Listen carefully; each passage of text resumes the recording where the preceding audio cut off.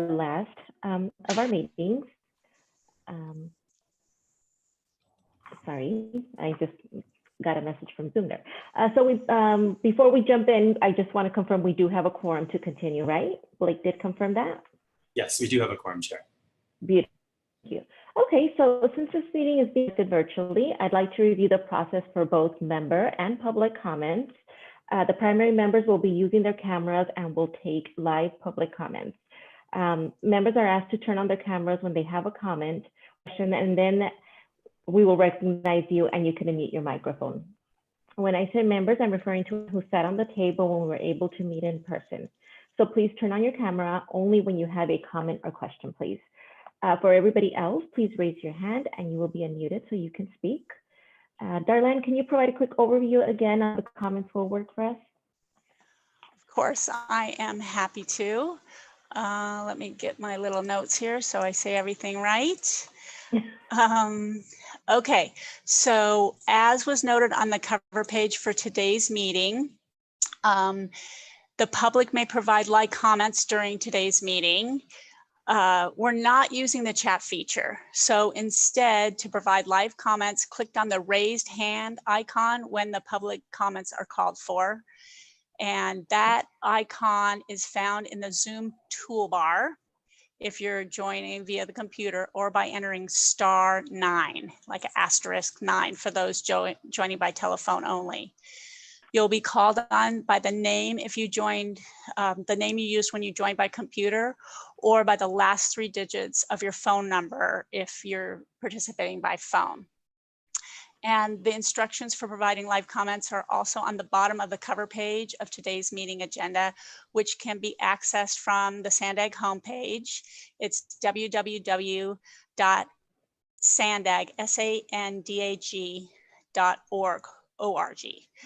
All comments will be made part of the meeting record. So to summarize, members are going to turn on their cameras when they have a comment or question and turning the camera off for the rest of the time. And everyone else will raise their hand. Turning it back to you, Chair. Thank you, Darlene. Okay, that sounds good. So let's move on to our first item, which is the approval of the minutes for the meeting of September 16th. Hopefully everybody has had a chance to review that. And if I may, if I do have a motion from one of our members to approve.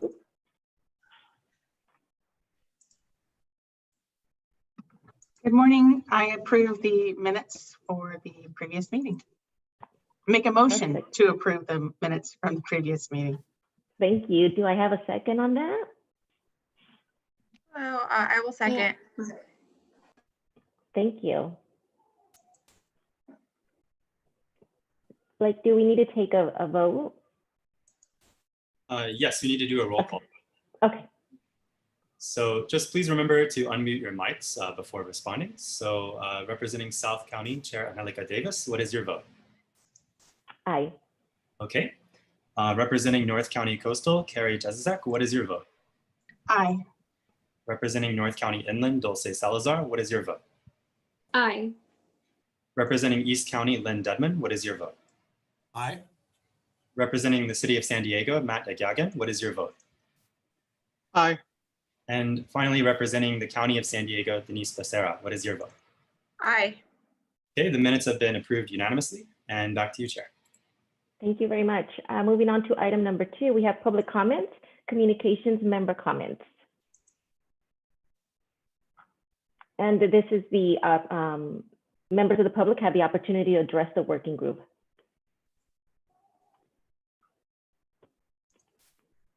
Do we see any comments, Darlene? Or you said we're not using the chat function. It looks like no hands are raised at this time. Okay. So moving right along again to item number 3, we have a report from our director. Good morning, everybody. It's great to see you, if only virtually. I wish that we could all be in person for the great achievements that you all have done with the census this year. We all at Sandag appreciate all the efforts that you've done, each and every one of you. Your leadership is to be commended. Through it, residents throughout San Diego region have become aware of the importance of participating in the census so that everyone is counted. Achieving a self-response rate higher than 2010 is tremendous, especially when you consider all the challenges that we've all been faced. It's really unprecedented and should not be understated. SANDAG has been honored to support this work through coordinating the meetings, providing data analysis and mapping to inform the outreach, facilitating information exchange, and acting as a fiscal agent. So I'm very proud to be here at the start of your meeting to let you know how much we appreciate what everyone's brought to the table, literally and figuratively. And I know Darlene will be speaking later, but I just wanted to acknowledge her efforts, really working, giving 110% every day. And for those of you who don't know, Darlene is going to be retiring at the end of this month from SANDAG. So this really was her swan song. So great job, Darlene. You made a difference to the region and we really appreciate you. Thank you. That's my report. Thank you. Thank you for that report and for your support. Moving on to the report section of the agenda, item number 4, we have a report from Darlene on the 2020 California Census final report summary. Darlene, the floor is yours. Okay, great. Thank you. I think the slides are loading. I'll just give them a sec.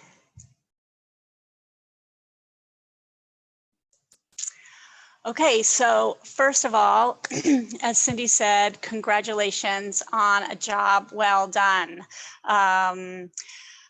None of this would have been possible without all of you. So pats on the back for everybody. It's time to celebrate. I definitely appreciate all the work that you all have done to spread the word about the importance of the census, completing that form, as well as reporting your activities. And really, with the conclusion of the census, we're here today to reflect on the outreach that was completed and the lessons learned. The information that you all provided has been synthesized into a single report, which was provided with this agenda for the meeting today. And I'm going to go over some of the highlights. A similar presentation is going to be provided to the SANDAG Board of Directors on Friday. Any revisions or input that you suggest by close of business today, so that's 5 p.m. today, October 21st, can be incorporated into the final report before it goes to the state. So please reach out to me if you have any of those by the close of business today. So digging in on the next slide, our goals were relatively simple and you know them well. Increase awareness about the importance of the census, completing that form, enabling access to be able to do that, like broadband internet access, and increasing the self-response rate to achieve a complete count. Next slide, please. Again, as you well know, the effort focused on communities at risk of being undercounted. And those are summarized on this slide that you all have been working so closely with. Next slide. And really no one knows better than all of you the extensive collaboration and coordination required to do this work and avoid duplication of efforts, addressing any gaps and really reaching those communities at risk of being undercounted. Next slide. And this slide shows the structure of how we really accomplished that coordination and collaboration through this group, this working group, our Complete Count Committee, and working very closely with the Count Me 2020 Coalition that served as the administrative community-based organization, the United Way, and Michelle Silverthorne's hard work. And I'm going to describe this work to the SANDAG board on Friday, talk about how we all work together. Next slide. Hopefully you have appreciated the services that SANDAG has provided throughout this process. You've seen this screenshot in the past that illustrates one tool that we provided through an online web app that we gave everyone access to the data from the state without having to have a login. We also, some things we've done maybe behind the scenes you weren't aware of is, of course, we acted as a fiscal agent and our contracts team supported that effort. We provided legal support. Our legal team helped us form this group and handle any related legal issues during the meetings that we coordinated on a monthly basis. And then we provided mapping services, data analysis support to identify the hard to count communities, and summarized the outreach efforts that happened every month with the response rates to help direct areas needing additional outreach. And finally, especially with the pandemic, we provided resources and facilitated information exchange so that the strategies could pivot when those stay-at-home order was issued and we needed to do something other than in-person activities. Next slide. So moving on to the impact of the work, even though this table, which is the first of, this table is broken into two, I've been presenting these every month, and even though they're not in the statewide report, I thought you'd appreciate seeing everything summarized all together one last time.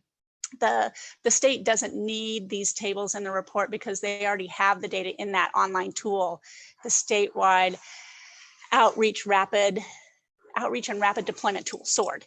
Yes, so anyhow, just to give you a refresher, the activities that were completed are shown in one column, and then the impressions, which are estimated, not counts, show how many times the people who were conducting the activities thought that a message was seen or heard.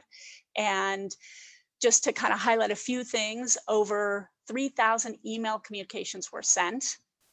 452 events held, lots of those having to pivot away from in-person strategies. Flyer distributions were reported 367 times. Food and resource distribution utilized for census messaging and assistant were reported 272 times. Canvassing, which had to be adapted as well, 261 times. So a lot going on just on this first half of the slide, first half of the table. Moving on to the next slide has the second half of the table. And in total, there were over 7,300 activities completed throughout the outreach with almost 25 million impressions. And again, as I said, they're estimates, not counts. This large number does kind of give us an indication that the threshold of seeing a message at least 7 times before it makes an impact was reached, and the messages were received. Moving on to the next slide. As I have done in the past, we overlay the activity locations with where the hard to count communities are. And as I've shared before, the darker shaded regions are have a higher proportion of people that are hard to count. And this is slightly different than the maps you've seen in the past because the state created something called census tract touches that include the activities that had a specific point where they were located at an address, as well as if the census was touched by a message that reached a broader geographic area. And in GIS parlance, that's like a polygon, right? So they've figured out how, each census tract, how it was touched. So this is a much better summary than I've shared in the past. But let's zoom in on the next slide to the northern portion of the region. So again, you can see those touches and how they align with where the hard to count communities are located. And again, on the next slide, zooming into the southern portion of the county. So you can see the alignment between hard to count populations and all the activities that were conducted. Now on the next slide, looking a little more detail at the impressions, this table breaks out how the impressions were counted or estimated for each hard to count population. This level of detail was not mandated by the state, so we don't have it for every single activity. And there's varying levels of confidence with the impression estimation. But this summary is everything, regardless of the level of confidence. And I'm just sharing it. Again, it's not in the final report, but just to give you a sense of how much all the different hard to count communities were touched. Moving on to the next slide and looking at impressions in the different languages they were conducted in. And again, the estimates aren't mandated, varying levels of confidence, but just sharing to give you a sense of how the outreach was delivered in different languages. Next slide. Now looking at the impact, the response rates are our biggest measure of impact, and these were reported by the Census Bureau through the end of the data collection period. So this is as of October the 16th, after the census response was closed. And you can see every single jurisdiction except for one surpassed their 2010 response rates. And countywide, it was 5.8% higher than the 2010 rate. Definitely something to be celebrated. The one jurisdiction that did not surpass their 2010 rate is Del Mar. And even though they don't have a large proportion of communities at risk of being undercounted there, the low response rate may be due to vacation homes possibly that were vacant on April 1st. And the residents are thinking, oh, I completed the census at my primary residence, and not realizing that they still needed to respond, indicating that that unit was vacant, or that residence was vacant on April 1st. So just putting that in context, but really San Diego County, we beat 2010 rates, we're higher than the state and nationwide. So congratulations and kudos to everybody. Digging a little deeper on the next slide, we're looking at the response rates by census tract. So you can see how the darker purples are the higher responding areas, and the darker browns are the lowest responding areas. But let's zoom in a little bit on the next slide to the northern portion of the region. And the dots again are those census tract touches where the outreach happened. You can kind of see how those align. And moving on to the southern portion of the county. You can see all of that on this slide.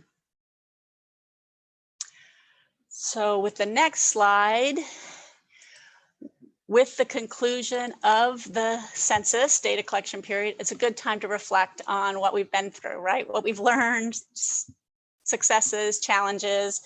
So let's dig in on the next slide and start with operational adjustments. And let me say first that despite the restrictions related to the pandemic, the goals and the objectives persisted. We did not lose sight of those. Really operationally, in March, there was a slight pause. I think Michelle Silverthorne from the United Way said it best, that we had to wait for the guidelines and kind of transition from what our original work plans are and think about how we wanted to pivot. So depending on what the original plan was, that activity, we kind of, a few things happened. Folks either move forward as planned, like with the digital strategy, that was always a plan. Canceling and postponing of things had to happen, and then moving things onto an online platform for virtual engagement was another big shift. The images on this slide highlight the car caravans, which was one innovative idea, an alternative to the big in-person events where the car caravans paraded through hard to count communities with low response rates. Another innovative plan was using videos, some of which were submitted by elected officials, encouraging people to complete the census.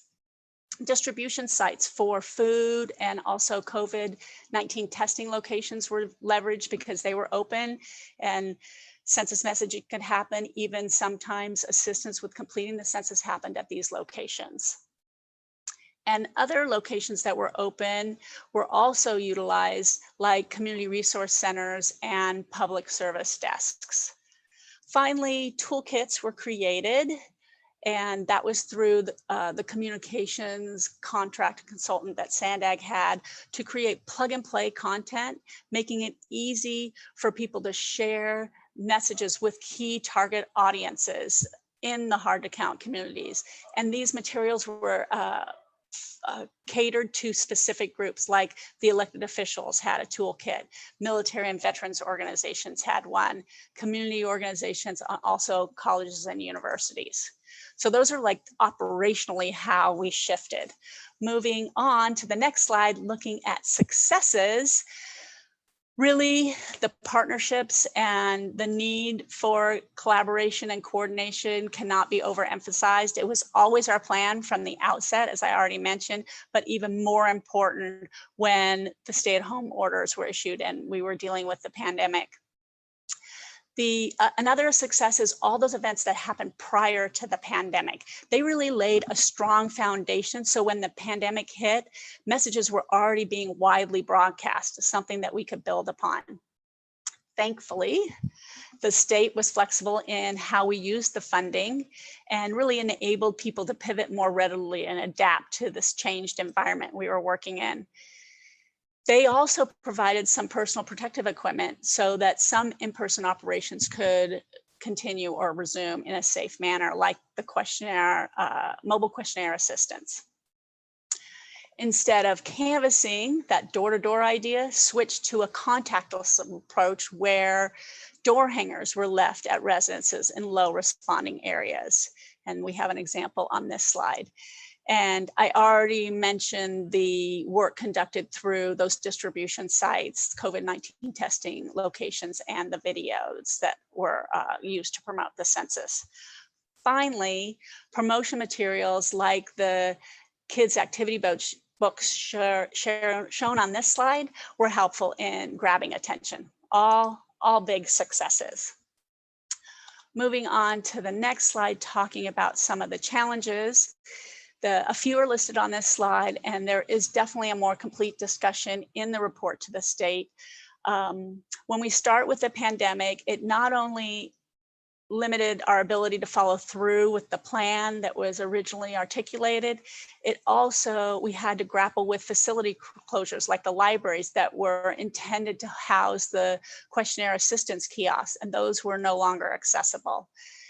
In addition, staff were being pulled in so many different directions, having to handle issues related to the pandemic, which left them less time to do the outreach and, of course, report the activities that were being completed.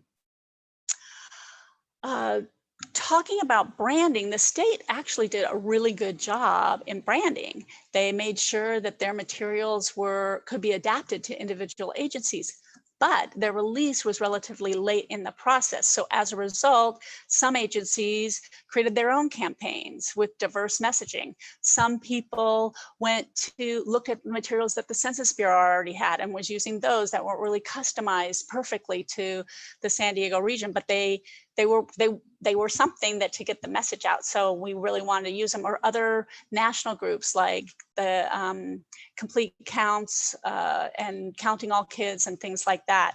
So what ended up happening is the cost reductions weren't really realized, and a cohesive campaign with unified messaging wasn't realized. If the branding would have been done earlier, we could have had some cost savings, hopefully, and a more cohesive, unified message. And of course, as you all know, the changing timelines from the federal government created a lot of uncertainty, and it made it hard for everyone to manage their budgets so that outreach can continue through the end of the census period, as well as creating more work. After materials were already printed with a certain end date, those had to be corrected or else scrapped and new materials printed. So that's kind of a quick summary of some of the challenges, with more discussion, like I said, in the report to the state. So moving on to my last slide. In preparation to present this information to the board on Friday, we need your recommendation for them to approve the report for submittal to the state. Again, as I mentioned at the beginning of this presentation, any revisions or other input received by the close of business today can be incorporated prior to submitting it to the state.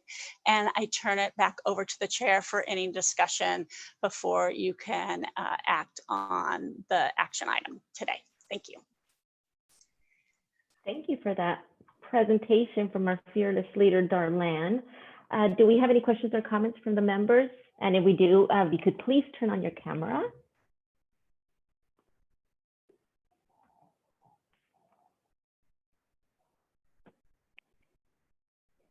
I don't see any comments or cameras turned on. Unless I'm missing somebody, I apologize.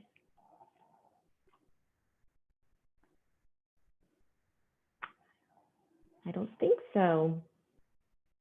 So we can move on to public comments if there is any public comments.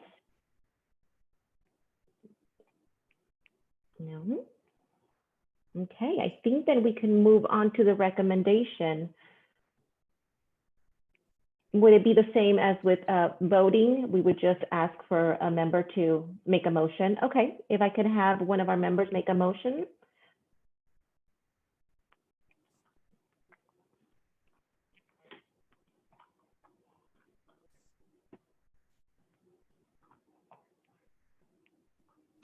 I think everybody's muted. I make a motion to submit the report to the state of California as presented by Darlan. Does it have to be to the state of California and to the Sandag board, Darlene? Yeah, I think if you could make a recommendation that the board approve it for submittal to the state. Sorry to wordsmith your motion, Carrie. Motion to submit the report to Sandag for review and then possible further pass off to the state of California. Thank you, Carrie. Do we have a second on that? I'll second. Okay. Sorry, who Blake. was the second? I missed that. Maybe Blake caught it. It's Dulce. Oh, thank you, Dulce. You were so fast. I didn't see Thank it light you, up. Dulce. Blake, would you like to do? Sure. So I'll now conduct a roll call vote. So representing South County Chair Angelica Davis, what is your vote? Aye. Okay. Representing North County Coastal, Carrie Jezizek, what is your vote? Aye. Representing North County Inland, Dulce Salazar, what is your vote? Aye. Representing East County, Lynn Dedman, what is your vote? Aye. Representing the City of San Diego, Matt Yagyagan, what is your vote? Aye. And representing the County of San Diego, Denise Becerra, what is your vote?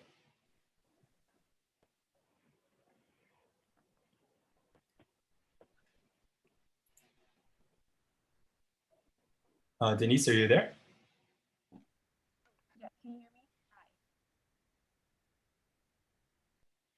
I heard her very lightly, but I did hear her. Okay, I think, okay. Okay, then the motion has been approved unanimously. Thank you. Okay, and moving along to item number 5, we have another report, California Complete Count 2020 Census Office Reflections, and that is provided by Connie Hernandez, another one of our leaders. Connie, thank you.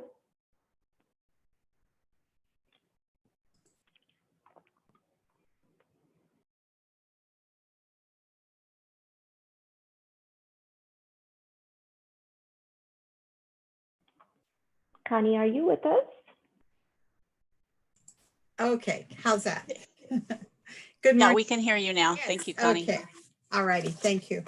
Good morning to everyone. And as Darlan began her very comprehensive and great presentation, I would also like to thank each and every one of you, especially those of you that work boots on the ground for an absolutely tremendous effort and very successful job.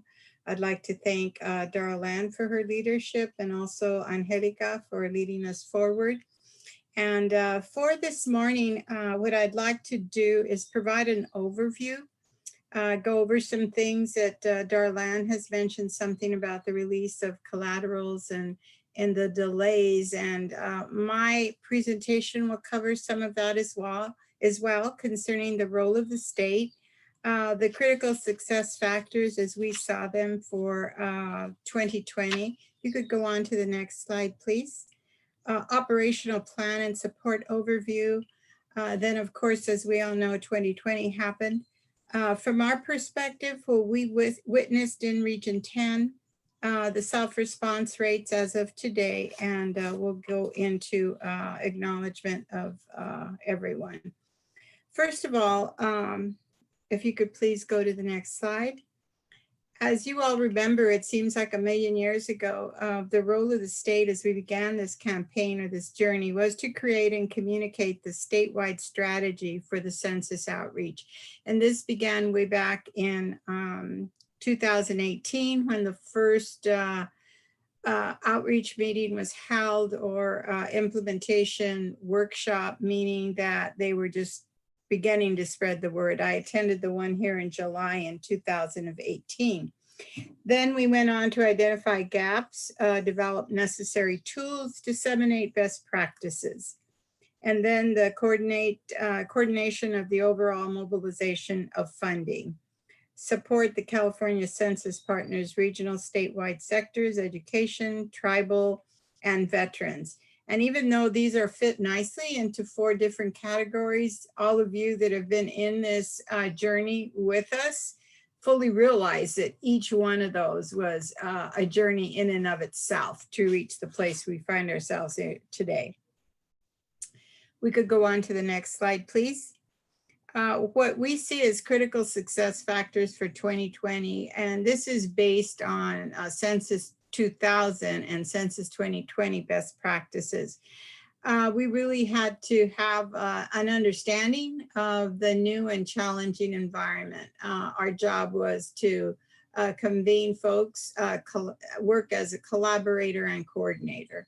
There had to be this coordination and integration of outreach efforts at the state, local, and federal levels. Huge undertaking.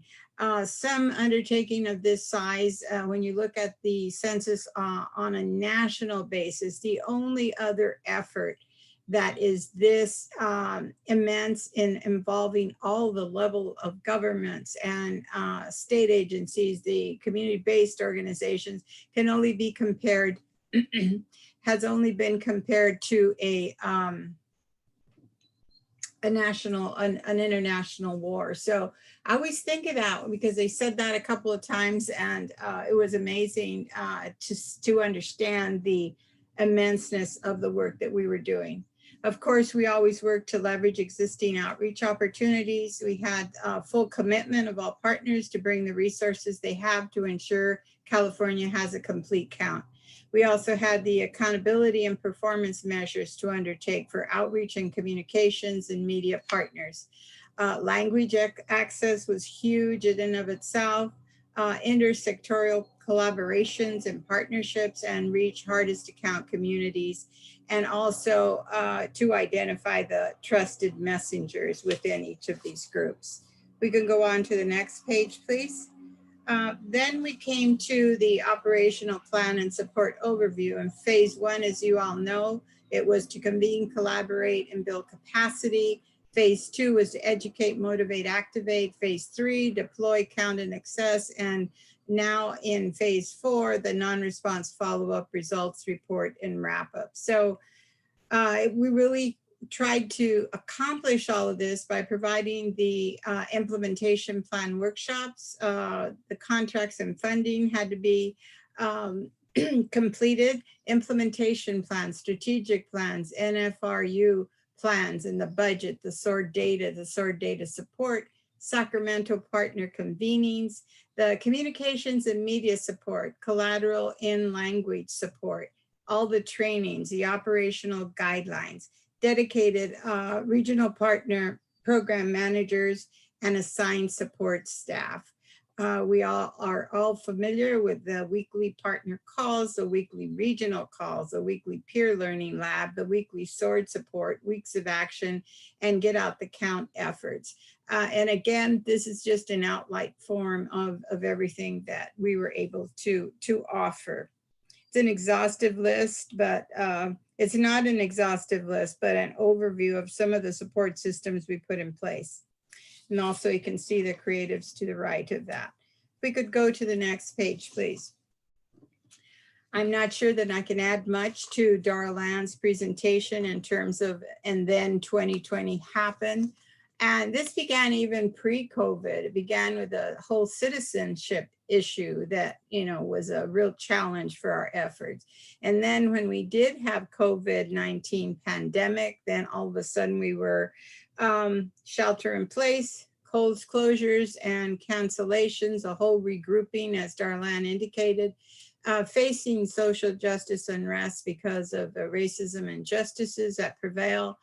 We had the wildfires, the constant changes in the United States Census Bureau timeline, United States Census Bureau, also the update leave protocol that added additional challenges, the court filings against USCB timeline, and the court orders that, interestingly enough, still remain ongoing today. So if, regardless of all of this, Region 10 did not back down. You all regrouped, pivoted, and responded with as much tenacity to reach our hardest to reach communities with caravans, social media, Zoom calls, phone banks, text banks, grocery stores, town hall meetings, weekly peer learning hour, and a California Gold Coast caravan, concerts, grocery store stops, food distributions, and you know better than I, so much more. We can go on to the next page, please. From our perspective, we feel that Region 10, of course, did a phenomenal job. You acted with urgency to reach our communities. You immediately pivoted to digital and online efforts. And Darlene mentioned a brief pause, and that was our fault in terms of moving on, how we were going to regroup this. Planned and implemented weeks of action multiple times. You worked thoroughly through essential community needs, food, shelter, health, safety, increased collaboration with the media and other partners. You rallied around social justice issues to align with their communities. You increased your own capacity through organic organizing and networking. Developed and supported trusted messengers to amplify the messaging. You were proactive to responses to census operational direction from the state of California, generous of your time, resources, and energy throughout this campaign. You sacrificed much to help the region exceed self-response goals and achieve a complete and accurate count. So when 2020 happened to us all, but from the state's perspective, specifically my perspective, I saw a resiliency that I've never seen before. In spite of 2020, here's how we will tell this story for our future generations. Go on to the next page, please. So when we look to planning for 2030, what could we do better in terms of looking at best practices? From an operational standpoint, we plan to the identification of key roles and corresponding hiring timelines, especially for the leadership role. I think that I should have been here maybe 6 months sooner. And the other issue that I always bring out is when I was appointed as regional program manager, I was also given the title of tribal advisor, which meant I had to handle contracts for the 110 federally recognized tribes throughout the state. So it was really too much for one person to do. And I think that I did the best to fill both roles, but if something would have been done in advance, so those two roles were separated and my time came in sooner, I think it would have given us a better handle on in the beginning sessions anyway. We also, in conversation with partners, specifically county participation in census, to start much earlier to avoid operational delays. So we're recommending from our campaign that we do start earlier. We also felt that we need clear and reasonable assignment of duties for the RPM, as I just mentioned, instead of holding the multiple duties. Lapse in time from contracts to payment of partners can be improved. Partners are waiting on payments without clear process and communication to partners. Also, sufficient staffing for the ACBO. The lead should have a support team of their own. And of course, we know that Michelle did an outstanding job, but I feel that that role should have been expanded to offer the support needed. In terms of communication, what worked well was the timeliness, delivery, and approach that I hope I used to communicate key information to partners. And now it's being used statewide as the phrase that I would often say is, This is what we know right now. And because of what was happening with all the shelter in place and all the other issues that came up, this is often the only thing that I could say until I heard from Sacramento in terms of what were next steps. Best practice is to keep I think the weekly regional calls were a great idea. We could have started those sooner. Weekly partner calls, partner webinars that I attended. Key information and partner connection was repeated and reinforced through these various channels. And I think that that's really important to recommend. Concerns for media communications early on, advanced contract timelines for media contractors. And Darlene alluded to that in terms of varying how it impacted branding in terms of using collaterals from NALEO, from First Five, from the US Census Bureau. And we had a major staffing shift right around that time. In media, the whole media department was augmented and reorganized, and that caused that delay. So I think that's something important to communicate in our report as well, to look, better plan for that. Data support, simplified data retrieval on SWORD, more information sooner, more training sooner, much earlier training and adaptation for SWORD users. Some of you had an in-house tech staff that really facilitated that, but many of you did not, which made it a little more difficult in terms of doing all the outreach that was asked of you and then maintaining a good record as well.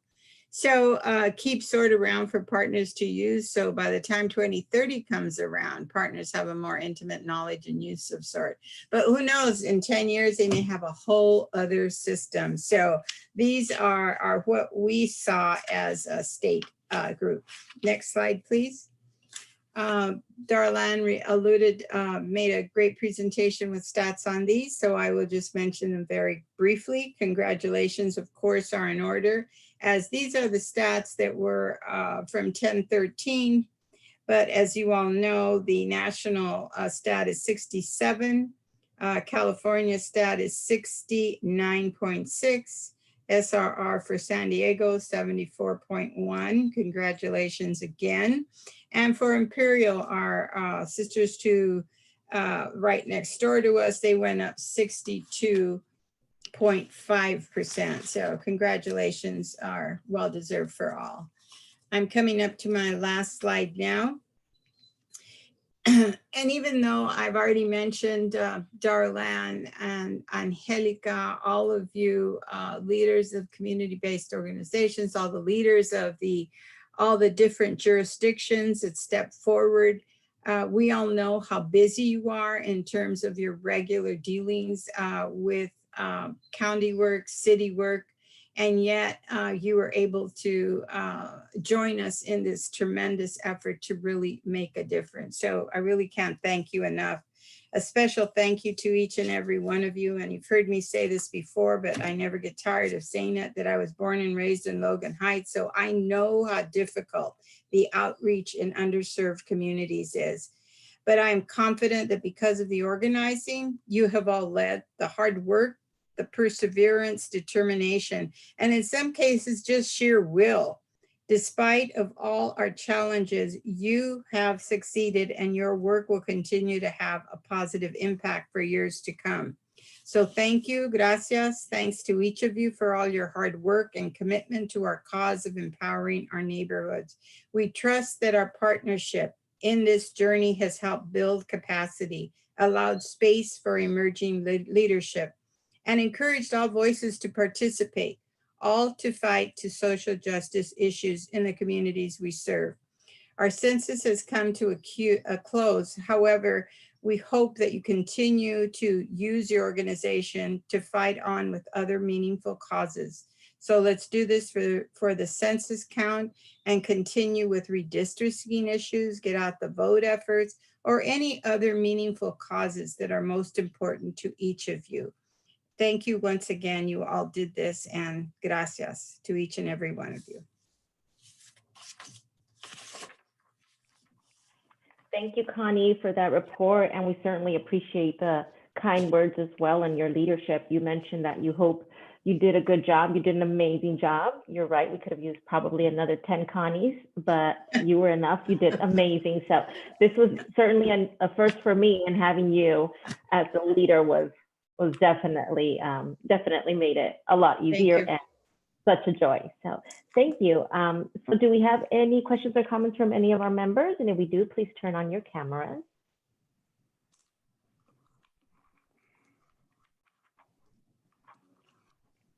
And Darlene, if you could monitor that for me. I don't have my full screen on. Yeah, I don't see any cameras turned on at the moment. Maybe everyone's saving their comments for when they get to have their turn on the agenda. That's a really good point. I know. Okay, any from the public? And did they talk about, or Peter hear anything about like your kidney? I did understand. I did hear somebody, but I don't know if that was just because they weren't on mute.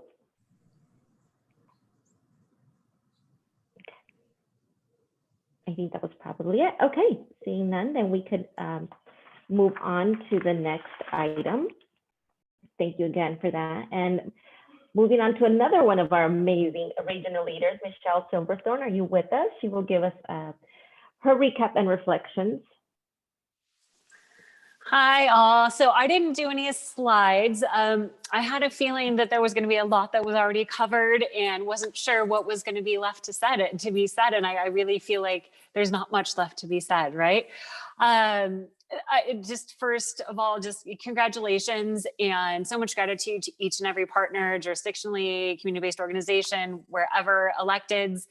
This definitely couldn't have happened without the coordination and just everyone coming together.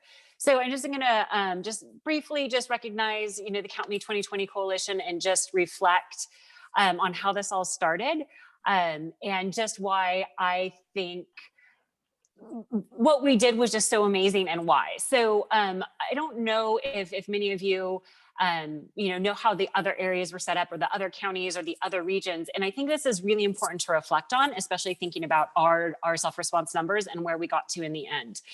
So some areas like LA County, which was Region 3, Orange County, Region 8, Region 9, Orange County, and several others came together a lot sooner than we did, like a year and a half sooner. And they had foundation support. So they had these philanthropic organizations that were supporting counties, community-based organizations, electeds, water districts, whoever else it was, coming together in a platform, in a table, long before we did. So I just want to recognize like how amazing San Diego Region 10 did without having that support and that coordination until right before we really got started, right? It was April 1st, 2019 when we really launched, when we really got together and started our work. And some of these other areas that did not do as well as we did started years before, right? So I just want everyone to recognize how amazing we did without having that support, without having that initial coordination, and then just to reflect on that and how we should move forward when we do this again in 2030, when we should start coming together and thinking about how to coordinate and pull things together. So just recognizing that we did amazing with what we had. And then just the Count Me 2020 Coalition, there's this amazing group of community leaders that came together before this work did start, but they weren't funded. There wasn't support for them through an entity to say, hey, why don't you, gather all these people, like we'll support this, your staffing time or your event or whatever it was. They just came together because they knew how important the census is and how imperative that this work be led by the community that knows the community, that speaks the languages, that that is just really embedded in the community and what we now refer to as trusted messengers. So they already knew this, right? They knew how important this was, and they were coming together regardless of funding. This work was going to happen. So just again, just the gratitude just for who these people are and the work that they do. I've always really tried to make sure that they had the spotlight. I'm just put the pieces together and hope it all happens. But it's really the community leaders and that the coalition that made this work happen for us. Of course, you know, SANDAG jurisdictions, we couldn't have done it without everyone else, but just really recognizing the work of the coalition and how we all started. So in the end, I would say, I mean, I think that I'm still going through final reports, but the coalition was well over, you know, 150 community-based and civic engagement organizations. We had our funded jurisdictions through SANDAG. Since we were Region 10, we also had 7 cities in Imperial County funded, plus additional CBOs, all level of electeds, you know, all over the place we had support, and then philanthropic investment from San Diego grant makers. And again, when I've talked to other regions, they're like, that's all that was invested. So it was only about a little bit more than $400,000 that came through to support our work philanthropically.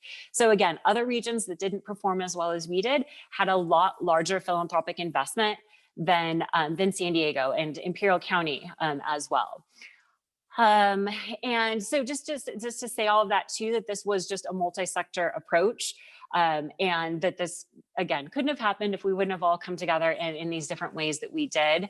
From what I know from my latest reporting on the data, we had 53 organizations that were reporting into our data system, 3,000 activities and 6.6 million impressions. So some of that is reflected in Darlan's data as well, but that's what came into our system. So again, knowing, thinking back to the beginning when we're thinking about hard to count populations and who it is that we needed to focus on, we were saying that the state was saying around 200,000. We thought it was closer to 1 million hard to count individuals that we needed to focus on. And so if you think about that number, just 1 million, but we made 6.6 million impressions, like I think we got that touch, right? That 7 times that someone has to be talked to or engaged with the information, that I think we really did just an amazing job of making sure that that information was out there and that there was multiple approaches. I know in Imperial, they eventually were just saying like, we've heard this, we know, we've completed it. And so it was happening, like information was out there and it was being repeated often. And so just finally, and I know that we discussed data and we saw these final self-response numbers, but in the beginning, Imperial County was considered the first hardest to count county. San Diego was the 25th hardest to count county out of 58. A week and a half ago, I saw the ranked numbers for how the data changed from 2010 to 2020. And San Diego is ranked 7th. So having the highest increase in rates from 2010, and Imperial was ranked 19th. So, I mean, just looking at that and how the counties did and just how they came up is just really, really incredible. So, again, like so happy to be part of this work and to come along for it. But, you know, really it's those community leaders and the people on the ground that did all of this. So thanks so much to everyone. Again, just gratitude and congratulations on all the hard work. And we'll see you next time. So thank you. Thank you, Michelle. And again, you put all the focus on the organizations that you worked with, but you have to realize that your enthusiasm is really what was driving that too. That's what struck me from the beginning. And I thought, oh, I can work with these people. So thank you for your enthusiasm and your passion, most of all, because that was true from day one to today. So thank you to you. Oh, thanks so much. So do we have any questions or comments from our members? If you could turn on your cameras. I do see that we have a few comments in the chat box. Oh, right. I noticed that there's interest in the data that Michelle talked about with the improvements in the response rates from 2010 to 2020. And Michelle, you sent that to me, so I can forward that to everybody. Perfect. I think that would be great, particularly for the jurisdictions that want to go back to report to their council. That would be appreciated. Any comments from the public? Any others that I might have missed? Just a lot of thanks, Michelle. No. Okay, and moving on with our reflections. Item number 7, regional representation reflections. So I think what we could do is we could start with East County.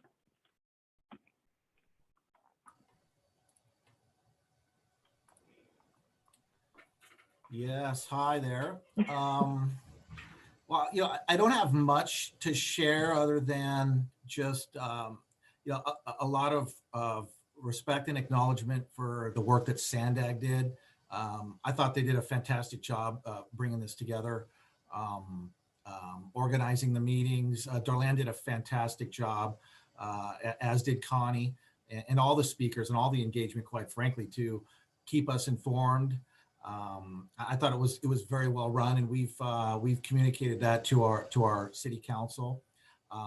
We've updated our city council on La Mesa's performance. We're quite happy with it, but more importantly, our council was pleased with the performance of the region as a whole, which was good to hear them give us back that feedback. San Diego County did a great job, as we all know. So. I don't really have much to share other than it was an honor serving on this committee. It was a pleasure working with all you folks. You got a lot of talented people in many different areas and facets of this type of work that I've come to know, and you guys, all of you did a fantastic job with your roles, and just a thank you from La Mesa in general for allowing us to participate, and it was quite an honor to serve on this committee. That's really all I have to share. Thank you. Thank you, Lynn, and thank you for serving as well. Do we have somebody from North County? North County Coastal, sorry. Hi, good morning, everybody. I'm echoing Lynn's feedback. I just want to say what an immense pleasure it was, especially to meet and work with so many great people in the North County region. I felt like we had the opportunity to leverage each other's ideas and just collaborate, and it's great to have new contacts for the future to help us build our communities even stronger. So at least for Carlsbad, obviously, like the rest of the county, we're very pleased that we did see an increase over our 2010 numbers. And we saw at the census tract level an increase between 2 to 11% from this year to 2010. And we only had one census tract that did report lower in 2020 over 2010. And we believe that is primarily because it is a predominantly second home and vacation rental tract, where, again, as Darlene mentioned, then April 1st, the property was probably rented or vacant, and the owners assumed that because they were responding for their primary residence, the secondary residence would be covered. I think that the thing that we really focused on and that we're probably proudest of is the efforts that went into reaching the families and individuals living in our affordable housing communities. We reached out to 2,500 units, and working with the property managers and the on-site staff to really try to build trust in the importance of providing affordable housing and how the census relates to that with CDBG funds and Section 8 grants, et cetera. Another effort that we're really pleased about, that we were able to get assistance and ideas from other North County agencies, especially the City of Oceanside, is the outreach that occurred to the homeless and unsheltered members of our community, doing hygiene kits and trying to effectively reach out to 250 people in our community that are currently unsheltered. The City of Encinitas, they had big successes this year, and they ultimately did very well compared to the county and the state, but like ours, their outreach was primarily in the beginning considered to be one-to-one, face-to-face going forward. And once COVID hit and the plans were thwarted, they had challenges in meeting the numbers, but ended up so strong. And I think they believe that their big wins were seen in the Spanish-speaking communities and the senior communities, and that they saw a higher percentage increase in those hard-to-count communities 2020 over 2010. So total honor. Completely didn't think that this project was going to take the direction that it did. I wasn't fully aware of the census before. Knew the importance of it, but not to the level of detail that we have now. amazing leadership from people from Angelica and Michelle and Darlene and Connie. Amazing, amazing women that have just, yay. So thank you all. And I think we're really going to see some really positive things come from all the work that everybody's put together. So that's it for North County. Thank you, Carrie. Thank you for those words and your leadership as well. It was definitely a challenge, but you were there 100%. So I appreciate it. Made all of our jobs much easier and enjoyable in these times, right? Yes, thank you. So moving on, we have North County Inland.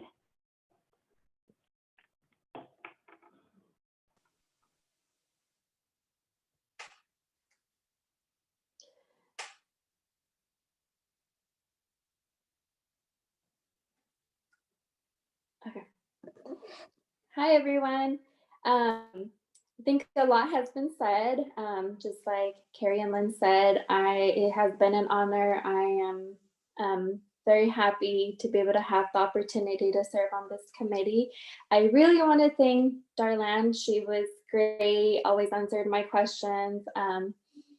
I thank you, Darlene. I really appreciate all your help, and as well as the other cities. I want to thank each and every one of you. It was great to work with you and just share our ideas. And,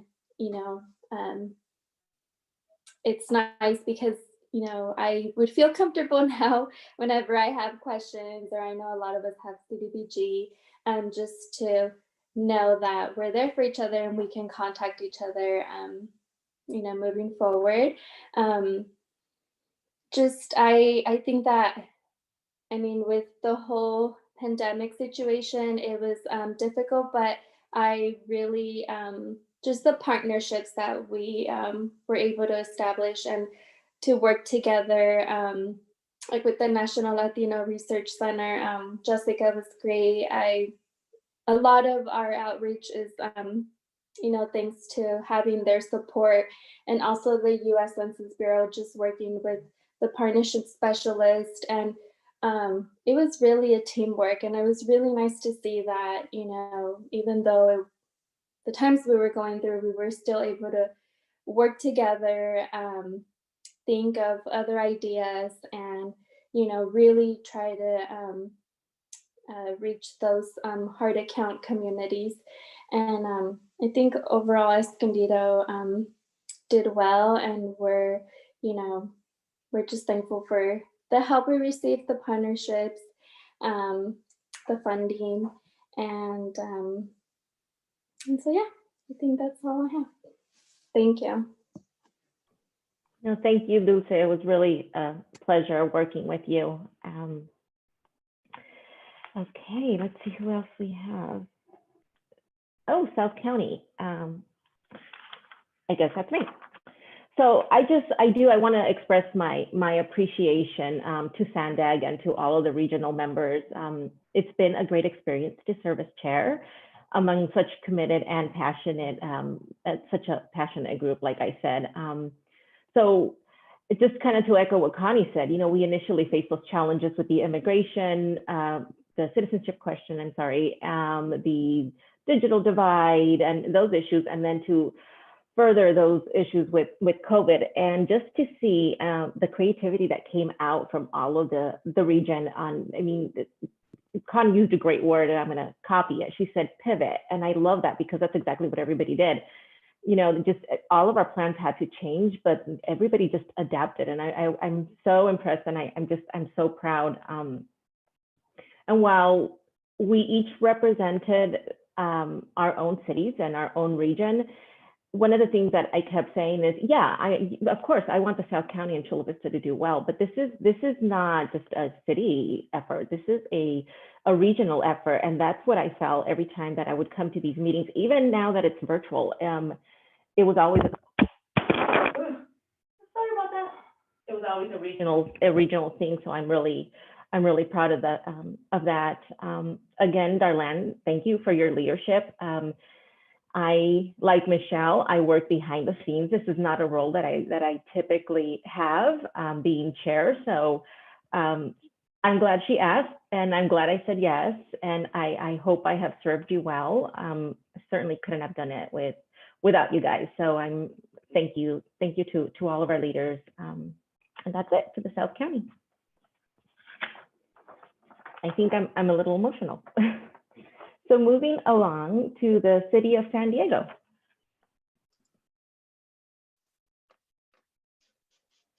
Good morning, everyone. So I only really have additional praise for everyone that's part of the leadership team and the group here. I think that with all of the challenges from beginning to end, with the citizenship question to the pandemic to the reckoning with social justice and police accountability that impacted a lot of our partners on the ground, to even like the on again, off again deadline related to the census. I think, you know, at all levels, from Sandag to the Complete Count Office to the Count Me 2020 Coalition to agencies, everyone pivoted, everyone adapted, and we're looking at numbers that exceeded the last census count. And I think that is something for us to be really proud of. I want to shower additional praise on the community partners, the folks that were on the ground every day, filling every nook and cranny in the city of San Diego, whether they were food distribution sites, caravans, setting up tables in front of grocery stores, ethnic grocery stores, markets, all different places within the city of San Diego to get the word out about the census and to encourage the self-response rate. I think that right there, you know, is you know, the work that needed to be done, and I think it really shows with our final response rates. And I think, like, especially when you think about something like the census with, you know, the 10-year impact and, you know, the systemic impacts that come with the funding and the count, it really is incumbent on the community and the community organizations to get the word out, because I think that's where our strength is. You know, here in the region, it's with the everyday people that are on the ground doing the work. So I just want to, I don't want that to be forgotten. And, you know, I want to really thank those community partners. I want to thank the volunteers, you know, people who came up with all kinds of ideas to talk about the census and to encourage people to participate throughout all of the different challenges that we had through here. And so thank you really for that. You know, it really was an honor seeing all of this work unfold and, you know, playing a small part in it. You know, and I hope that you know, we are able to just walk away from this experience knowing that, you know, we did the best that we could, and you know, we did much better than we did the last time around. I will say, just as an aside, you know, the city council would really, you know, like a discussion around how things unfolded related to the census. So I'll be reaching out to folks, Sandag, Complete Count, the Census Bureau, Count Me 2020 Coalition, around you know, what we could do to report out to the city council, because you know, I know that they would be really interested in that, and I think they would be pleasantly surprised to see where we ended up, all things considered. So thank you to everyone.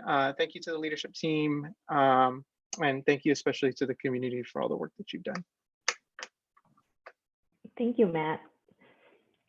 Next, we have the County of San Diego. Hello, everyone.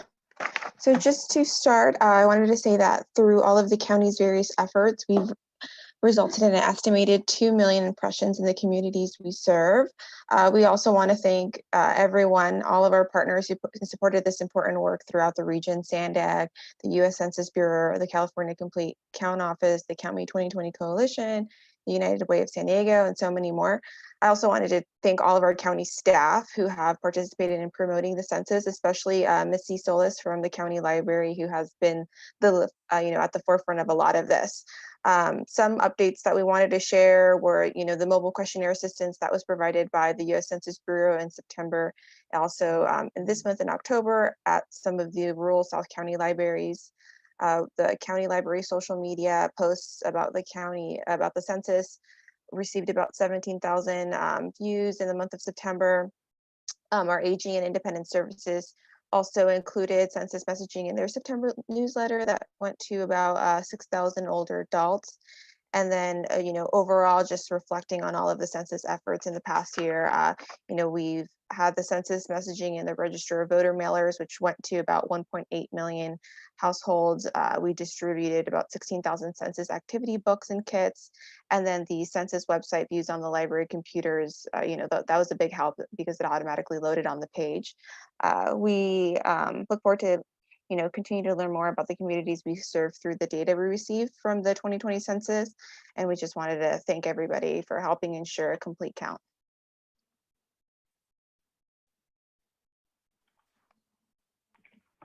Thank you, Denise, and thank you for everything that the county did. It was a huge undertaking, so we do appreciate that. Do we have any other members that didn't have the opportunity to speak? I think we got them all. I did have a hand Hey, raised. Angelica? Yes. I'm sorry. I forgot to turn it over to Tiffany Harrison from the city, who's my alternate, who also wanted to share some reflections. Okay. Tiffany, the floor is yours. Thanks, Matt. Matt was pretty comprehensive in some of the comments I wanted to provide. I just wanted to also thank the community-based organizations. Our office worked a lot with Paving Great Futures, BayPAC, and the API initiative. So like Matt said, a lot of this work couldn't have been done without the persistence, without, like Connie said, the sheer will. So thank you for being persistent and reaching out to every nook and cranny and making sure that our communities were counted. Just two final things from me in reflections. I know there was a lot of challenges this year, and just for the future, for reflections, in case we ever encounter anything like this again, where the deadlines continuously shift and change.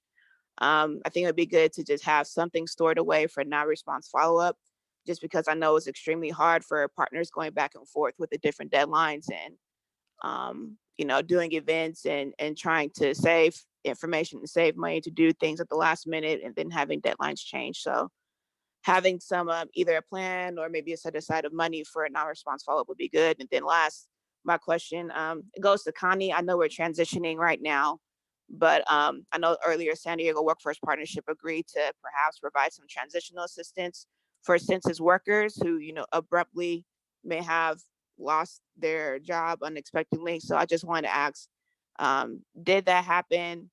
And is there any support that could be provided to encourage, that partnership to happen if it did not happen between San Diego Workforce Partnership and census staff? Can you hear me, Tiffany? Hello? Yes. Hi. Yes, thank you for your question. As far as I know, there is not any specific agreement between the San Diego Workforce Partnership and the state census office. And according to what I understand, all the non-response follow-up funding has been spent, but it's a good question for me to put forward. We're having an all-team meeting this afternoon, and I'll see what information I can get for you. And hopefully there will be something that I can offer. Yeah, and again, my comments were towards the future when it comes to NRFU, set aside stuff more towards the end, not right. Towards this year. I know we had different timelines go back and forth, so I definitely appreciate all the work that you did, Connie. And then from our end, council member sits on San Diego Workforce Partnership, so I'll check in as well to see if they have engaged with census staff. And thanks. That's it. Thank you for all the work that everyone has done. Thank you so much. I will get back to you. Thank you, Tiffany, for your participation. I think that's it. Chair, we have a public comment or someone with their hand raised, Joanne Fields. We do have it, and I think that would probably be under the next item. Okay. Okay. So moving along to Item number 8, we have advisory member reflections. And I think at this time we could take Actually, Joanne. Angelica, Joanne yes. is saying that she wants to speak about this item. Okay, I apologize.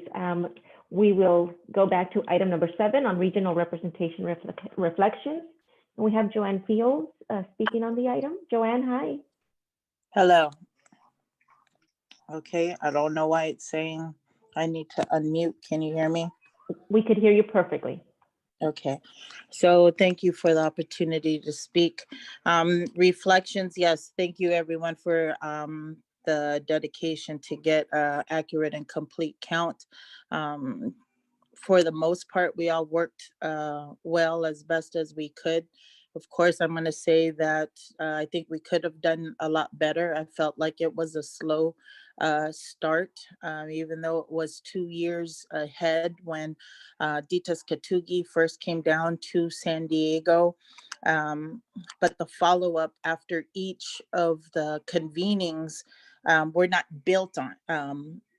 We didn't build on each conversation. Even with the rollout, we had identified hard to count census tracts, but we didn't follow up on the activities or the suggestions after that convening. So I'd like to suggest that we do have a briefing for those that want to be involved in creating a blueprint or a game book for the next census. I think we were really blessed that we had Connie as our representative for the state. And we're blessed that we even received supplemental funding from the governor. However, that may not be the case in 2030. But I think that the lessons that we learned in this census, that we should build on that for the next census. And in some regions, we had stronger relationships like we had in the city of San Diego and city of Chula Vista, that we were not siloed with this is what government is doing or this is what CBOs are doing. We worked very strongly together. Also in Oceanside and some places in North and East County. And that's where I think we should not just put this way in a box and put it on a shelf. I think, again, we could be better prepared for 2030 because, again, we were blessed to have the supplemental funding for outreach and thankful for the governor and for Connie to be in the position that she was or is in to relay our concerns and also the achievements. It's not all bad. It's just that I think, again, we can tighten things up and be better prepared for 2030 and include all the suggestions that are being shared today.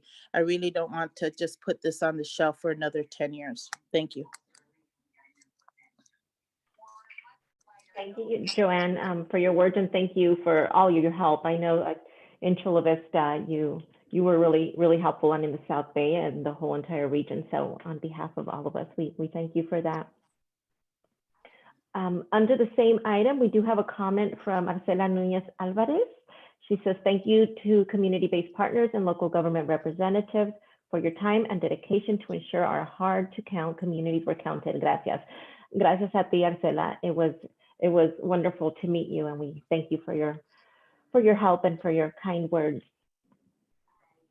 And I think now we could move on to item number 8, which is advisory member reflections. So at this time, we will open it up for advisory members to share their reflections on the 2020 complete count activities.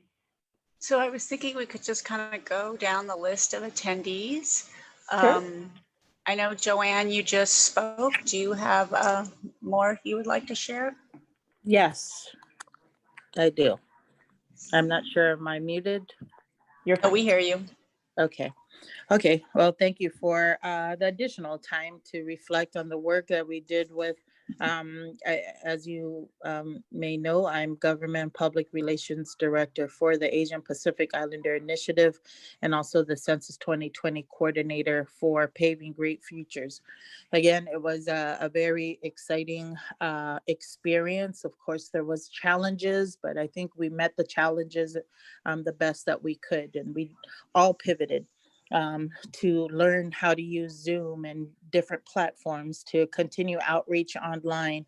I'm very thankful that those that did brave to work in the public despite the pandemic, we exercised all the rules of social distancing. We wore masks, we wore gloves, we gave training to all of our volunteers that braved doing outreach in front of supermarkets, at MTS, at the trolley transfer stations, but also to take the ability to have a different approach versus previous census, because we didn't have resources as we did this time around. And again, very grateful for the governor's supplemental funds and the opportunity to work more closely with SANDAG and government agencies. That wasn't really exercised in past census, at least not that I know of, having been a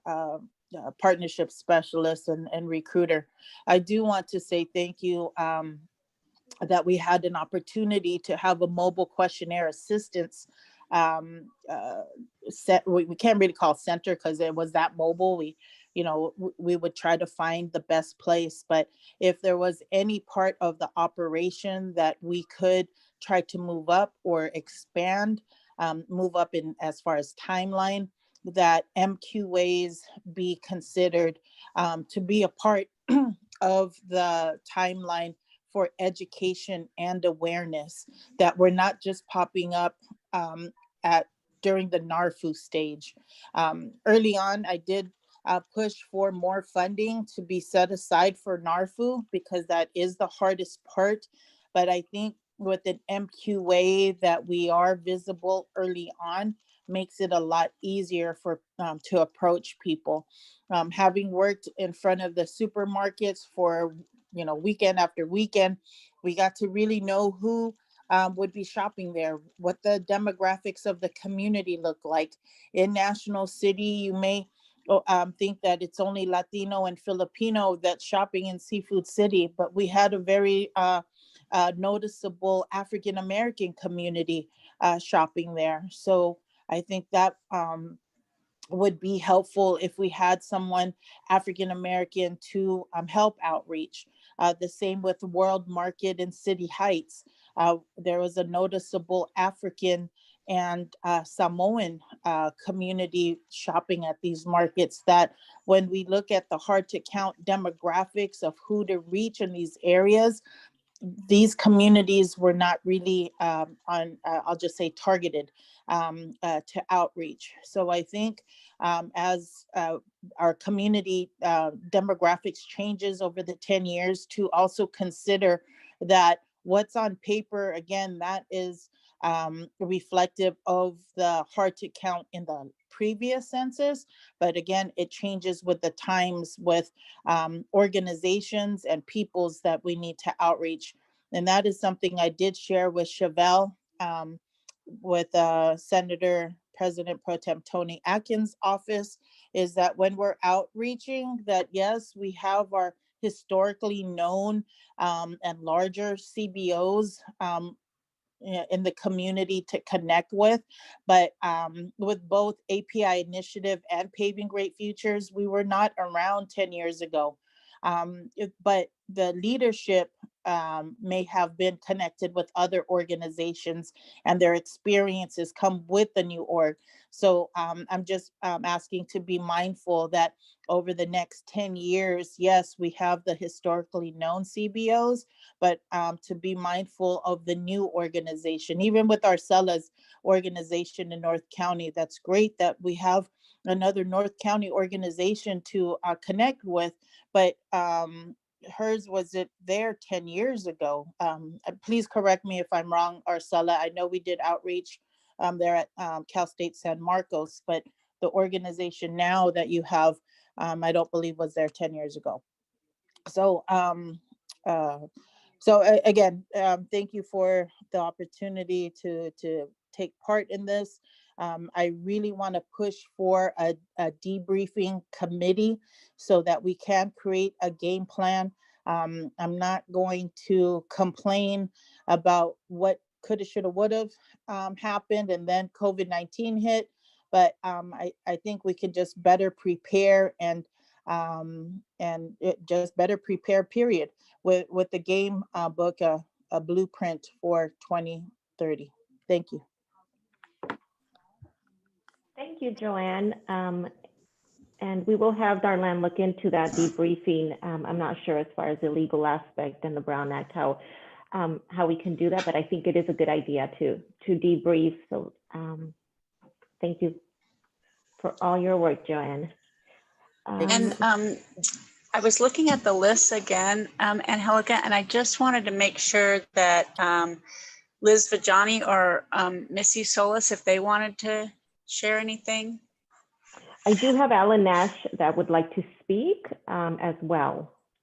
She has indicated that on the comments. Yeah, we're gonna go down that whole list for sure. Perfect. Okay, thank you. If you'd want to guide us through that list, I would be very appreciative. So I guess I don't know, Liz or Missy, before we move on. Oh, I think Missy's unmuting. Hi, Denise covered a really good summary of all of the county's efforts. I just wanted to say thank you to everyone for all of the hard work that you've done and for just always supporting any effort that the library wanted to do. We really, really appreciate it. We were working at such a big scale, and it really helped to hear what all the trusted messengers were doing on the ground and to really try to support those efforts. So thank you, everyone. This was a really great experience, and we hope to continue to work with you all in the future. This is Liz. I just want to echo Missy's comments to thank everyone on the committee from way back at the very, very beginning when it was just 10 people meeting in a tiny conference room in Sandag all the way up until now. It's been a pleasure to work with everyone on this group, and I really appreciate all of the hard work everyone has done to make sure that all of our communities are represented.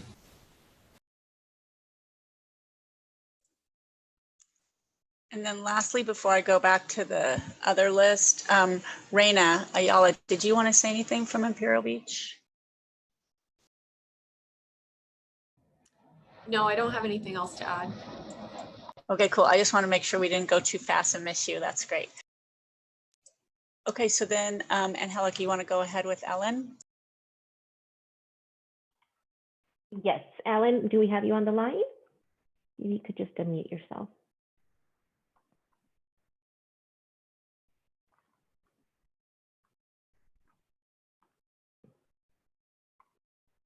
Okay, I just pressed allow to talk, so hopefully she's able to speak at this point.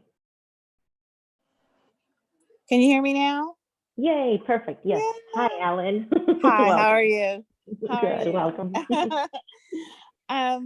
Yeah, nice to hear everyone's voice. I just wanted to chime in. Dahlia Balmer was our consultant on behalf of BAPAC, but I wanted to chime in and thank everyone for allowing BAPAC the opportunity to also participate in the census. Actually, we started, 2 years ago, and at the Count Me 2020, and then sort of moved into Sandag, and we went into some unknown, uncharted territories for folks like myself and others to get to know folks that were, just doing all kind of awesome work. These were unknown territories, so we were able to broaden our horizons and our sphere of influence. Some of the things that were challenges for us in terms of targeting the faith-based community, surprisingly, was the I'm the director. It was kind of a challenge in terms of lack of cooperation, surprisingly, on the part of pastors, particularly. And when COVID hit, it made it even much more challenging. So we wanted to tap into some of those hard to count communities and individuals and populations So we went the straight up social media, virtual Zoom approach. I made a conscious decision based on COVID and how it impacts people of color, particularly Black folks, that physically I was not going to allow the workers and individuals to put an emphasis on the social distancing and masking. I know that's important, but I just did not want them out there, particularly with some of the unknown areas that were. So we went strictly digital social media. We came up with the idea of some of the virtual activities around celebrations and having parties, the watch parties, which were fun. So we had to put on our creative hats and come up with some of this. And the whole collaboration, which is a natural for BAPAC, you know, and collaborating with the with Joanne and with Ray Donegan, with whoever else, and particularly Tiffany, who kind of came in at the end. We were having challenges getting into some doors like the school district, and she was able to open doors there for us, and connecting with other people. We did a lot of emphasis on food distribution pieces as well. And one thing that we did different to get people to cooperate, we went, since we didn't put an emphasis on faith-based as we thought we would, we went with the small non-profits, grassroots folks, and we were able to, you know, provide, you know, a small stipend just to give them for helping us out. Everybody's challenged with COVID in terms of budgets. We all, as small grassroots, could do events or fundraising events. So this was a way to give a little bit of, you know, money and support for those for helping us out via doing meeting sharing. We created our own video. It was very specifically towards Black folks, that was provided to all of our small grassroots to share it with their members, with their constituents. We went all the way out to get a faith base. We had to go all the way out to Tulsa, Oklahoma, but fortunately the gentleman had a broad viewership from San Diego, because that's where he was formerly from. So we were able to reach out to like 30,000 viewers all across the country because of his connection to San Diego. So I say that to say we had to be creative. What we thought would work didn't work. And then COVID made it even tougher. So we really had to become pretty creative in order to do the outreach that needed to be done, particularly in the Black community. And I just want to, you know, thank you guys for your support. I didn't call very much, but when I needed calls, when I needed to call, you guys were always there. You answered my questions. Again, I want to just thank Tiffany for just stepping up and helping us open some doors that we didn't think we would be able to open. When we saw that Logan Heights and Barrio Logan was, and you know, the low rates, and I'm impressed with the tools. I mean, the technology that you guys introduced to us on, even response rates and low response rate. I was amazed. I was impressed. We can use those tools for all kinds of outreach activities. But I just want to thank Stephanie Allen. That was one when we saw there was a low rate. You know, I was able to call Stephanie Allen from Juan Vargas' office, and you guys probably saw that awesome press conference that Juan Vargas' staff put together in about 3 days in order to make that happen, and hopefully that had an impact on the count there. So just want to thank you guys for the opportunity, and I hope to work with you guys again on some other things, because this was a great experience.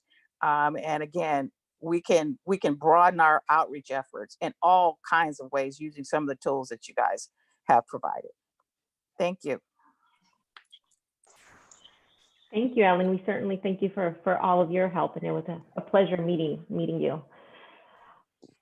Okay, I want to make sure that we get everybody a chance to speak that wants to speak. So help guide me to call on you by raising your hand. That'll probably, we have like 26 minutes left. Otherwise, I'll just start calling you. I don't know, is anybody from the elected official offices like Diamond? Do you want to speak? I think if they raise their hand, Darlene, that would probably be easier rather than Right. calling everybody. I do have a comment in the chat box from PS College. To all participants, thank you to all the CBOs and volunteers for supporting the effort. Cities could not have done this without you. Absolutely agree. Okay, and I'm monitoring. I do have a hand from Joseph Contreras. Oh, yes. And I will press allow to talk so you can. Yes, thank you, Joseph, from the U.S. Census Bureau. Thank you. Yes. Yes. Joseph. Hi, good morning. Can you hear me? Yes, perfectly. Great. Yes, my name is Joseph Contreras. I am a partnership specialist with the United States Census Bureau. And I just wanted to take a moment on behalf of Roberto Garcia, Alejandro Aguilar, Benita Cooper, the whole San Diego partnership specialist team for the U.S. Census Bureau. I just want to, on their behalf, thank you and all the partners for your hard work. My work was mostly in Orange County, but I did consult a lot with Roberto Garcia, and he was constantly telling me about your creative ideas and how you were meeting the challenges in 2020 to make sure we had a great census count in San Diego County. And if you'd allow me, I'll just take a couple minutes to read excerpts from Dr. Stephen Dillingham, who is the director of the U.S. Census Bureau. He wrote this on his blog, and I just thought maybe it would be helpful as we wrap up these meetings. But he writes, we completed data collection for the 2020 census on October 15th, 2020. Every decennial census makes history, but this was like no other in living memory. Over the coming days, weeks, and months, we will provide periodic updates on our post-processing efforts. We are working hard to deliver complete and accurate state population counts as close to the December 31st, 2020 statutory deadline as possible. Our first look at the data collection operation indicates an extremely successful execution. We published our total response rates on a daily basis, and they show that we accounted for 99.9% of all addresses in the nation. While other quality measures of the 2020 census will be produced over time, it helps to look at self-response rates as an initial metric. Our final self-response rate for the 2020 census, this is nationwide, was 67% compared to the final self-response rate of 2010 of 66.5% nationally. And of course, on a number of occasions, the different presenters showed the data of how much 2020 improved for self-response over 2010. A number of cities stand out, such as Oceanside, Vista, San Marcos, Escondido, La Mesa, Poway, El Cajon. Many cities in San Diego County that had between 7 and 10% increase or improvement in their self-response. But he continues, Dr. Dillingham, saying, generally, better data comes from self-response. After a decade of global decline in census and survey participation, along with the challenges presented by COVID-19, we had not expected to beat the 2010 self-response rate. This would not have been possible without our partners and new technologies. Each and every partner played an important role, whether they hung posters in store windows, formed a complete count committee, hosted a census solutions workshop in their community, encouraged their employees to respond, or highlighted why the census is important for their social media followers. These efforts were vital in our shared work to encourage all communities to participate in this once-a-decade constitutional responsibility. When COVID-19 turned everyone's plans upside down, our partners rose to the occasion with creativity and perseverance. In-person events became virtual events, outreach turned digital with video messages, Facebook Live events, and other online engagements. Some communities sponsored socially distanced car parades through neighborhoods. There were census songs to engage kids and census characters to greet bus riders. Finally, from America's largest employers to your local coffee shops to all levels of government and civic organizations in every community, partners of all kinds stepped up. On behalf of the thousands of employees of the U.S. Census Bureau, thank you. Congratulations on the tremendous impact you made in shaping your community's future by promoting the 2020 census. With data collection for the 2020 census concluded, we at the Census Bureau want to keep working with you. We will continue to provide information on the 2020 census going forward, including to our national partnership and community partnership teams. We encourage you to sign up today to receive updates. We hope our work together extends beyond the once a decade count. The Census Bureau conducts more than 130 surveys and programs each year and helps local and national organizations use the data throughout the decade. We encourage you to continue making Census Bureau data work for you and your community. It can help you make more informed decisions that improve business planning, government and nonprofit services, and the quality of our lives. The Census Bureau values your continued partnership, and we look forward to collaborating and working with you again soon. Thank you very much. Thank you. Okay, while we wait for more raised hands. Yes. Oh wait, maybe Alan, were you asking to speak? I did see he had No, I said everything in the chat, but are we off like the main Zoom now? Because I can like see all of like myself. Okay. Oh, okay. I don't 100% understand his question. Okay. But while we wait for people to raise their hands, I did get an email from Chevelle Tate today.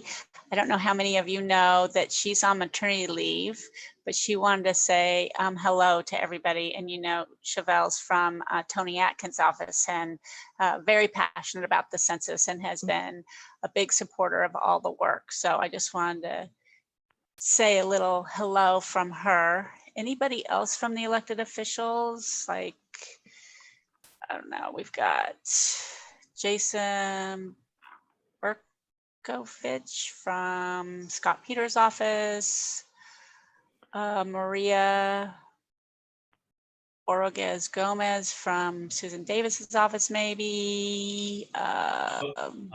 Chair Diamond Brandon has her hand raised. Oh, good. Yay. Hi, everybody. Thank you, Darlene. So I did want to speak and just say thank you all, the leadership team, so much for your work in and out of this pandemic. It's been a lot of shifts, a lot of changes, and we still managed to rise above the occasion and meet those goals. I also want to say thank you to the community partners that have been present from the very beginning and very consistent from the very beginning, sharing their wisdom, their feedback, and just overall us working together to make sure that we got everyone counted that we could. And the Assemblywoman, you know, of course, is very supportive of these efforts. We saw a lot of different shifts and changes throughout this time, but we managed to pull this off, which is a great thing. Not just, someone mentioned in the chat, we didn't just beat the goals, we massacred them, which is really, really great. And so despite everything that's happened, I just want to say, you know, I hope everyone is proud of themselves. I hope that we can continue to do this work together so that when we come upon this opportunity in the future, we're better prepared, we're better organized to, you know, meet the challenge. And so thank you again. And I look forward to seeing you guys soon-ish. And just keep up the good work. And I'm looking forward to anything that comes out of this, any reports or anything like that. Please be sure to send those to our office as well. Thank you, Diamond.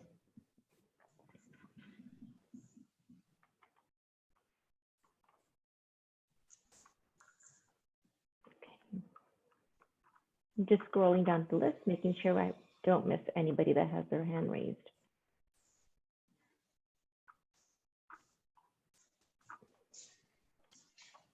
So Alan, I saw in the chat that you thought that you got dropped. Did you want to speak? Yeah, thank you so much.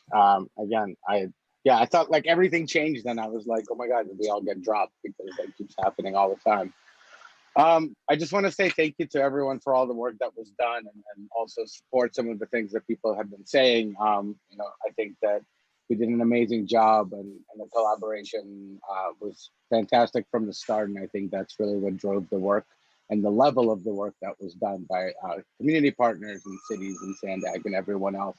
And I also want to flag that, you know, there were real challenges, especially for those of us who are working on the back end. And, you know, Michelle deserves all the credit, but she was alone. And if it wasn't for the fact that, you know, we were able to move organizational resources around and staff her through ad hoc ways, it wouldn't have worked at all because it just would have been an impossible task. So, you know, looking at other counties that had teams of 7, 10 people supporting the director and still had lower rates than we did, I think it's just a testament to the effort and the commitment of all the partners, community partners and government partners as well, to make sure this is done. And obviously some things will slip, right? You know, who knew that we would have to completely restructure our communications midway through the campaign? Who knew that there would be COVID right after that? Literally within a month of that. The fact that, you know, our data collection was difficult to say the least, and making sure that all of it was shared and reflected back. I know the folks have been very clear on wanting to make sure that that gets moved forward. And finally, I'm beyond the thanks. I just want to, you know, echo what Joanne was saying around the fact that we need to make sure and figure out what really worked in the structure so we could create a model that can be adapted not only for the next census, but for all other countywide and regional initiatives that engage community in such a way that they feel empowered and that they deliver one of the best performances that we've seen in this civic effort. So thank you all. It's been an exciting 19 months. And I look forward to taking a break from the census, but not from the work. So thank you. Thank you, Alan.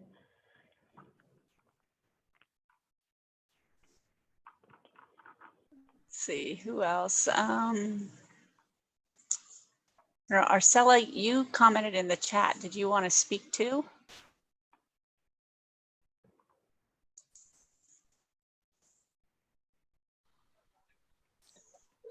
Thank you. Thank you, Darlene.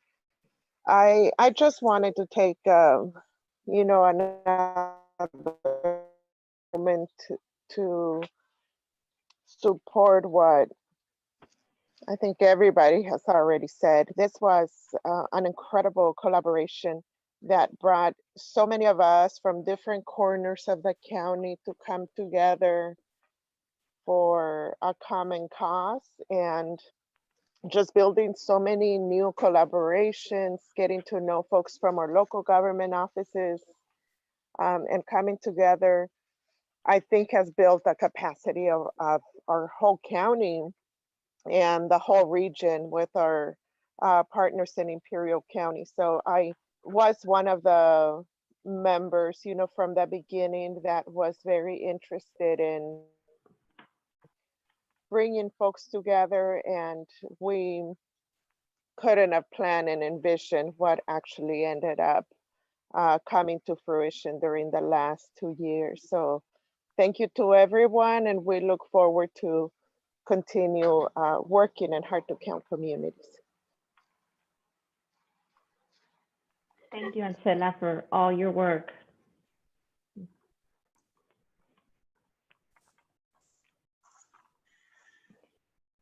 Let's see, who else? Please raise your hand. I can call names, but let's see. I think we should see if they raise their hands. Okay. Don't want to put anybody on the spot. Certainly not. So we'll just give them. Well, while we're waiting for raised hands, I just want to thank everyone for bearing with this virtual experience. I don't know how you all are feeling, but it's not super satisfying. I want us together, you know, especially just, you know, to celebrate and, you know, really wrap things up with a big hurrah. It's hard to do it virtually for me anyway. I don't know if the rest of you feel that way. I agree, Darlene. Maybe when all the census data is released, maybe by then things will be normal and we can do it. We could celebrate at that point.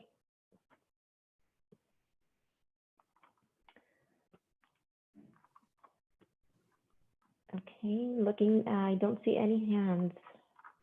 No, me either. Nope. Okay. Do we do it? Do we adjourn the meeting?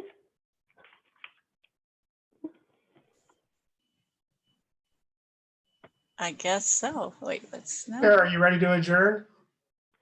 Yes. The only question I did have, and perhaps this is for our clerk's office, is since this is the last meeting, do I just adjourn, or is there any specific language that needs to be included? Okay. I don't think so. Okay. It doesn't feel finished to me. I know, it Okay. does. It feels weird. Okay, perhaps maybe we need to, I don't know if you need to dissolve the working group, but I'll just leave that up to our council and our clerk's office, and then this might not be the last meeting. This is okay. The last meeting. The way we made the announcement that this was the last meeting. So yeah. And so it's dissolved. Okay, perfect. Yeah. Okay, well, on that note, it is super bittersweet. It has been an honor. But with that, I adjourn this meeting.